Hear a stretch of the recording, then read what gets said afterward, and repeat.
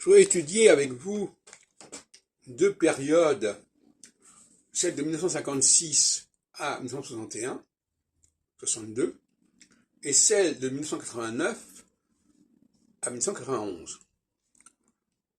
Ces deux périodes sont marquées par la solsticialité.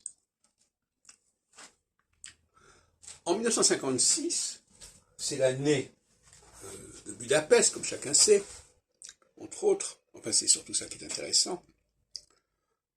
En 1956, Saturne passe sur le Sagittaire, donc sur l'axe, il entre dans le Sagittaire, sur l'axe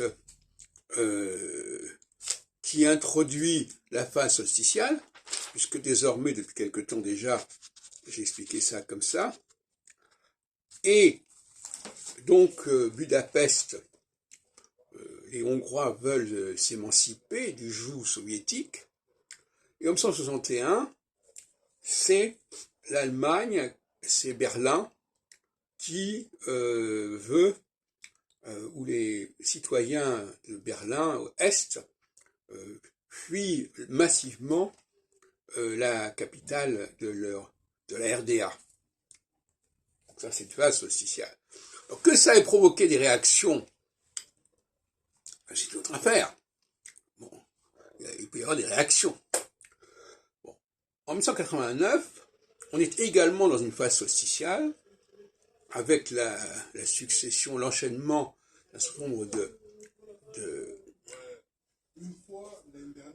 révoltes, dont la plus connue est celle du mur de Berlin. Et je vous rappelle que le problème de Berlin s'était posé en 61, 28 ans avant 89.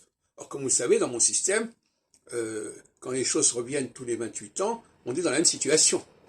Et 1991, c'est l'effondrement de l'Union soviétique et le refus des républiques socialistes soviétiques de dépendre de manière aussi majeure de la Russie, qui va finalement se retrouver isolée sous le nom de Fédération de Russie, qui elle-même d'ailleurs est une fédération, etc.